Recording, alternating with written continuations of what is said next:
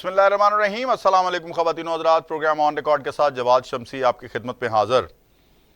नाज़रीन, हालात पाकिस्तान के हम बार बार आपको कहते हैं कि इंशाअल्लाह बेहतरी की तरफ जाएंगे, लेकिन मुस्तकबिल करीब में ऐसा हो सकेगा नहीं हो सकेगा, ये आज के प्रोग्राम में मैं इसका तज़किरा ज़रूर करूँगा। लेकिन आज की जो आर्मी चीफ की स्पीच थी वो बहुत ज़बरदस्त, मैं समझता हूँ कि बड़ी मोटिवेट करने वाली थी कौम को, अवाम को। उन्होंने वाज़ेह तौर पे कह दिया है कि जो शरीयत और आइन को नहीं मानते वो पाकिस्तान को नहीं मानते। तो लिहाजा मैं समझता हूँ कि मगरबी तहजीब के पीछे भागने वाले आज होश के नाखुन लें। और दूसरी बात यह है कि उलमा को उन्होंने कहा है कि वो जो फितना ख्वारिज हैं उनको नाकाम करने में जो है रियासत पाकिस्तान की मदद करें, और यकीनन करनी भी चाहिए। दूसरी तरफ शहबाज शरीफ का भी एक बहुत ज़बरदस्त किस्म का आज खिताब सामने आया है। उन्होंने भी भरपूर तरीके से जो है पाकिस्तान, रियासत पाकिस्तान के बारे में बहुत खूब बात की है। लेकिन मैं चाहता हूँ कि काश इन्हीं प्लेटफॉर्म्स से पाकिस्तान की आवाम के लिए कोई खुशखबरी की नवीद आए, और यकीनन आएगी, उम्मीद है। लेकिन रियासत पाकिस्तान का इस वक्त अपने पाँव पे खड़ा होना बहुत ज़रूरी है। 9 मई हुआ और 9 मई पे बड़ी चे मगोइयाँ हुई। मेरा जहाँ तक मानना है, जो पाकिस्तान में 9 मई था, आपने देखा बांग्लादेश में जो कुछ हुआ, जो पीटीआई है उनका यही पर्पस था और यही मकसद था। उन्होंने यही प्लान किया हुआ था जो बांग्लादेश में हुआ। यहाँ हमारे कानून नाफिज करने वाले इदारे, उस वक्त की हुकूमत और हमारी अफवाज पाकिस्तान जो है, उन्होंने मिल के इसको नाकाम बनाया। वो किस तरह नाकाम बनाया? वो अपने लोगों के खिलाफ ना उन्होंने गोली चलाई, अपनी कौम के ऊपर ना उन्होंने कोई इस किस्म का लाठीचार्ज किया कि कोई जाने जा सकें।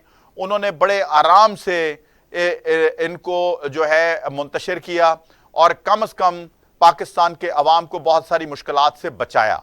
और हमने ये भी देखा कि अब जो फुटेजेस हम देख चुके, जो हम हसन न्याजी के हवाले से देख चुके, हम जो डॉक्टर यास्मीन राशिद के हवाले से देख चुके, आलिया हमजा के हवाले से देख चुके, या दीगर जो वर्कर्स थे इनके, उनके हवाले से देख चुके। अब जो बानी पीटीआई खुद कहते हैं कि हमने जमान पार्क में पेट्रोल बम इस्तेमाल किए। भाई, कैसे आप रियासत के कानून नाफिज करने वाले या कार्य सरकार के मामलात में मुदाखलत कर सकें? अगर ये बातें वो सारी मान रहे हैं तो फिर वो क्यों कहते हैं कि फुटेज दी जाए? क्योंकि सहाफियों ने उनको ये भी कह दिया कि पिंडी में भी आपके लोगों के हाथों में पेट्रोल बम थे। अब सूरत हाल बिल्कुल जो है मैं समझता हूं अया होने वाली है, और किस तरफ हम जा रहे हैं। दूसरी तरफ हमूदुर रहमान कमीशन की रिपोर्ट और बांग्लादेश का जो वाकया है, ये एक दूसरे को मुंह चिढ़ा रहे हैं। क्योंकि जिस तरह से बानी बांग्लादेश जो है उसके लोगों ने उसके मुजस्समों को गिराया है और उनके ऊपर मैं समझता हूं कि बड़ी तौहीन अमेज रवैया उन्होंने इख्तियार किया है, तो ये इस बात की दलील है कि जो गद्दार होता है, गद्दार को कहीं भी छुपने को जगह नहीं मिलती, और वो जो बोता है वो काटना पड़ता है। यही आज आर्मी चीफ ने भी कहा, यही शहबाज शरीफ ने कहा, वज़ीर आज़म पाकिस्तान ने। इन मौज़ूआत पे बात करूंगा। मेरे साथ इस वक्त मौजूद हैं गुफ्तगू करने के लिए, किसी तारफ के मोहताज नहीं हैं, कर्नल सैफ कुरैशी साहब, तज्जियाकार के तौर पे आज मेरे साथ होंगे। वेलकम करते हैं प्रोग्राम में। अस्सलाम वालेकुम कर्नल साहब। अस्सलाम वालेकुम जी। कर्नल साहब, आपने आर्मी चीफ का खिताब आज सुना। मुझे आज बड़ी उम्मीद पैदा हुई है, जितना कॉन्फिडेंस मैंने उनमें देखा है और जिस कदर वो पाकिस्तान के हालात को जानते हैं, क्योंकि किसी चीज़ को ठीक करने के लिए उसका जानना बहुत ज़रूरी होता है। क्योंकि हमने देखा है कि वज़ीर आज़म हो या आर्मी चीफ हो, रियलिटी बेस उन्होंने आज बातें की हैं। आप क्या कहते हैं? बिस्मिल्लाहिर्रहमानिर्रहीम। शमसी साहब, पाकिस्तान के दुश्मनों ने $1 बिलियन खर्च करके डिस्टेबलाइज पिछले चंद सालों में किया, खास तौर पे 9 मई और उसके बाद। ना सिर्फ डिस्टेबलाइज किया बल्कि इसकी इकोनॉमी को उड़ा के रख दिया। बाई डिजाइन इस किस्म के फैसले किए कि पाकिस्तान आहिस्ता आहिस्ता डूबना शुरू हुआ हुआ। हम्म। और जिस वक्त ये गवर्नमेंट आई शहबाज साहब की, और उसके बाद इंटरिम अरेंजमेंट, उसके बाद ये मौजूदा गवर्नमेंट, तो फिर भी इन्होंने बेयकीनी और डिस्टेबलाइजेशन और बदअमनी हर रोज, ना सिर्फ ये कि एक सियासी पार्टी बल्कि चंद एक मीडिया के शाहकार भी इसी काम पे लगे हुए थे। चंद एक नहीं सर, बहुत सारे ताकि वो यार, और वो अपने आप को वो अपने आप को कामयाब जर्नलिस्ट समझते हैं जी। काम और मेरे जैसे लोग जो रियासत पाकिस्तान के लिए काम कर रहे हैं, हम नाकाम ही ठीक है। हम नाकाम नहीं है, अल्लाह ताला हमारे साथ है, पाकिस्तान के साथ है। हम पाकिस्तान के लिए काम कर रहे हैं, अपनी जात के लिए नहीं कर रहे। ठीक है। हम किसी मगरबी तहजीब के लिए नहीं कर रहे, हम किसी गोरे के लिए नहीं कर रहे, हम बाहर से कोई फॉरेन करेंसी या फॉरेन एड नहीं लेते। हम किसी किस्म की जाती मुफाद में मुलवस नहीं होते, कौमी मुफाद को अपने सामने रखते हैं। आज जो सिपा सलार ने और जिस किस्म के अल्फाज, एक एक लफ्ज उनका जो है वो कीमती है, वो हिस्टोरिक है, वो सोने के ऊपर लिखने वाला है। वो एक लफ्ज भी जो है वो मीनिंगफुल है, और उसने एक नई उम्मीद दी है, एक नई रोशनी दी है, एक नई चेह दी है। पाकिस्तान को एक तकरीर ने स्टेबलाइज कर दिया, मुस्तकम कर दिया, अपने पांव पे खड़ा कर दिया। अभी नजर आ रहा है कि पाकिस्तान कहीं नहीं जा रहा। उन्होंने खुल खला के जो बातें करने वाली थी, जो कंफ्यूजन मचाया हुआ था, हर रोज खबर देते थे कि कल निकल रहा है, परसों निकल रहा है, ये डूब रहे हैं और वो आ रहा है। ये सारा तमाशा जो खड़ा किया हुआ था, ये सारा दफन हो गया। वेल डन सिपा सलार, well done chief army staff. अल्लाह ताला ने अगर आपको मौका दिया है तो आपने पाकिस्तान का हक अदा कर दिया, आपने इस्लाम का हक अदा कर दिया, आपने शरीयत का हक अदा कर दिया, आपने आइन का हक अदा कर दिया। आपने खुले अल्फाज में कहा कि जो आइन का नहीं, जो शरीयत का नहीं, वो पाकिस्तानी नहीं है। सही। हम उसको पाकिस्तानी नहीं मानेंगे। बिल्कुल ठीक है। जो मगरबी तहजीब याफ्ता है, जो मगरब की बातें करता है, उधर की मिसालें देता है, उनकी हिस्ट्री बताता है, उनको अपना आइडियल समझता है, वो गद्दार है इस कौम का भी, इस मुल्क का भी, और उधर ही उसको जाना पड़ेगा। उसकी कोई जगह नहीं है। सही। उसने अपनी सारी फैमिली, अपनी सारी इन्वेस्टमेंट, हर चीज बाहर रख के तो इधर जो तमाशा खड़ा किया हुआ है, इस तमाशे को आज सिपा सलार ने क्लियरली हर लफ्ज के साथ क्लियर कर दिया। इकबाल की अल्लाह से करे दूर, अल्लाह से करे दूर तो तालीम भी फितना, औलाद भी फितना, जागीर भी फितना, और ऐसे सियासतदान भी फितना। और इन्होंने भी बड़ा आज बहुत खूब कहा, आर्मी चीफ ने भी, सैयद आसिम मुनीर साहब ने बहुत खूब उन्होंने कहा कि जो तलवार उठे फितने के लिए या फसाद के लिए, उसका जो जमीनी फसाद यहां पैदा करने वाले हैं उनका कला कमा करना होगा।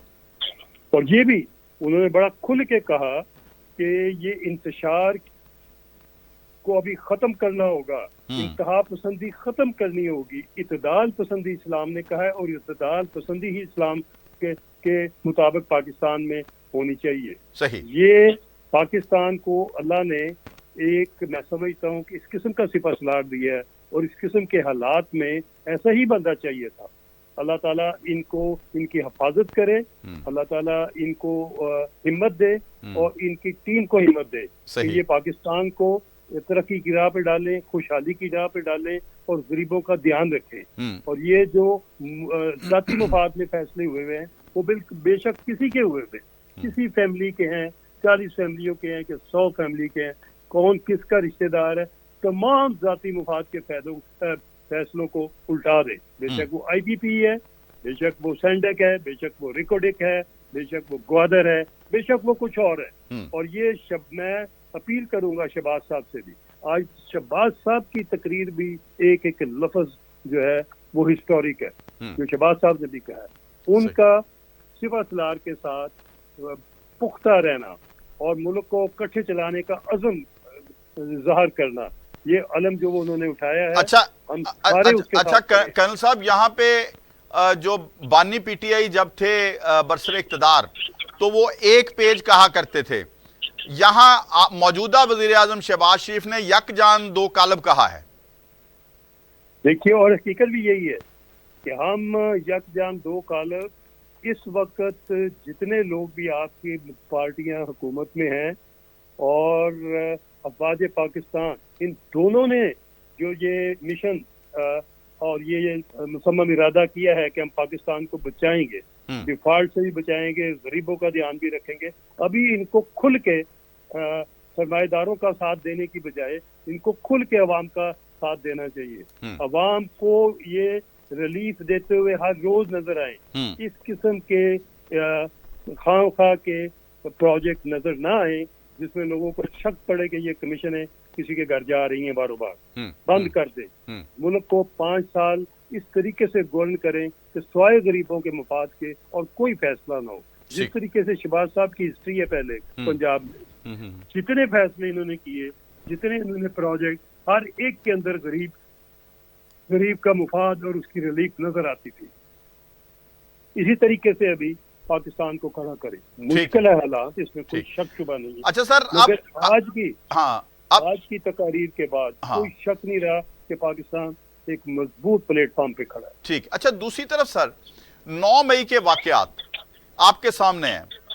उस दिन जो गदर मचाया गया, जो तमाशा लगाया गया, उसकी फुटेजेस जो हैं बरसरे आम हर टेलीविजन ने चलाई, हर नेशनल टीवी के ऊपर हर किसी ने देखा। और हमने उन दिनों में बानी पीटीआई के अल्फाज भी सुने कि अगर मेरे साथ ऐसा करेंगे तो फिर ऐसा ही होगा। फिर उन्होंने ये भी फरमा दिया कि जी GHQ ना जाते तो फिर कहाँ जाते, मेरा तो फड्डा ही उनके साथ है। फिर उन्होंने ये भी कह दिया कि मैंने खुद कहा था वहां जाओ। फिर वो ये कह रहे हैं जी पेट्रोल बम हमने चलाए थे। अच्छा, एक आम आदमी एक पत्थर पुलिस की तरफ फेंक दे, अगर उसको अरेस्ट करने के लिए किसी झूठे मुकदमे में पुलिस उसके दरवाजे पे चली जाए तो कारे सरकार में मुदाखलत का पर्चा हो जाता है, FIR हो जाती है।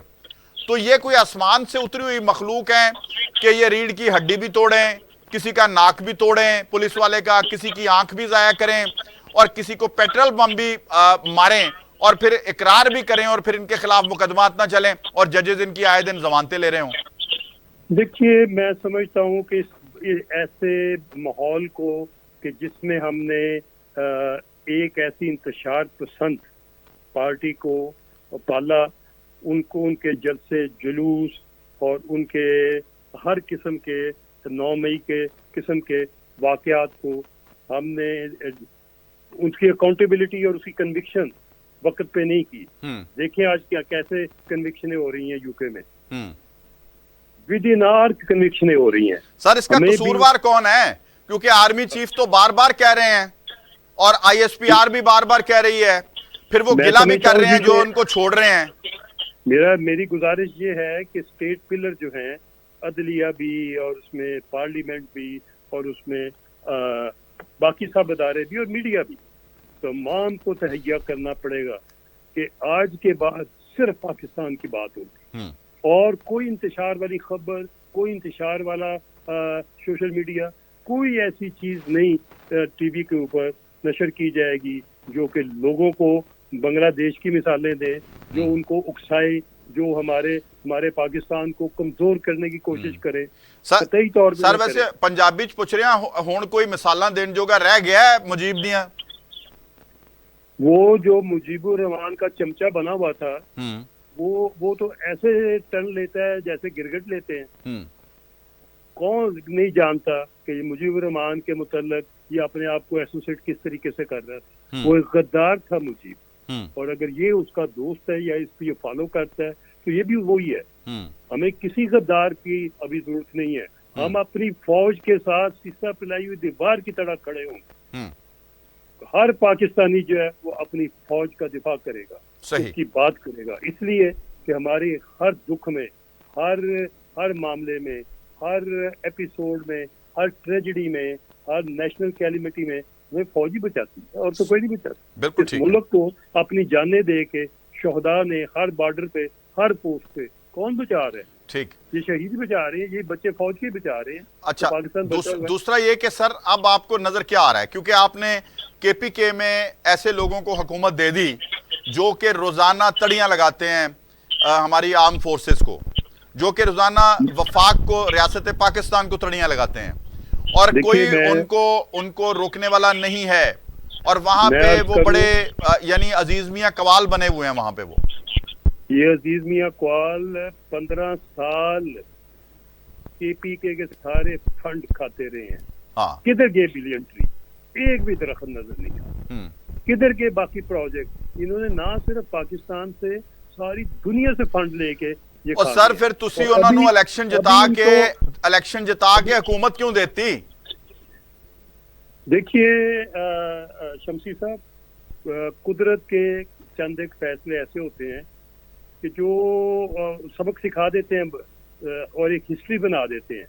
ये केपीके में इनकी गवर्नमेंट बनना और उनके बाद इस किस्म का इनका वजीर आला बाहर आना, मेरा ख्याल है चंद एक चीजें क्योंकि गलत फहमियां हमारे केपीके के पख्तून भाइयों को थी, वो दूर होगी अभी कि किस किस्म के ये लोग, और जो उनके अभी आगे चले गए गवर्नेंस में, एक एक दिन इनको पता होगा। अभी तो तनख्वाहें देने के लिए इनको, टीचरों की इनको बिल्कुल। अच्छा सर, मैं फिर आर्मी चीफ की या डीजी ISPR की उस बात की तरफ आऊंगा। ये जो फितना अल ख्वारिज का नाम दे दिया गया है और उनका साथ देने वालों को खारजी कहा गया है, तो अब इनका अंजाम आपको क्या लगता है? देखिए शमसी भाई, मैं अर्ज करूं, मैं हमेशा नेशनल कंसेंसस के लिए हमेशा बात करता हूं। मैं कहता हूं कि चलो जो कुछ भी किया, किसी तरीके से सीने से लाग के सारे इकट्ठे होकर मुल्क को हम आगे लेके चल पड़े।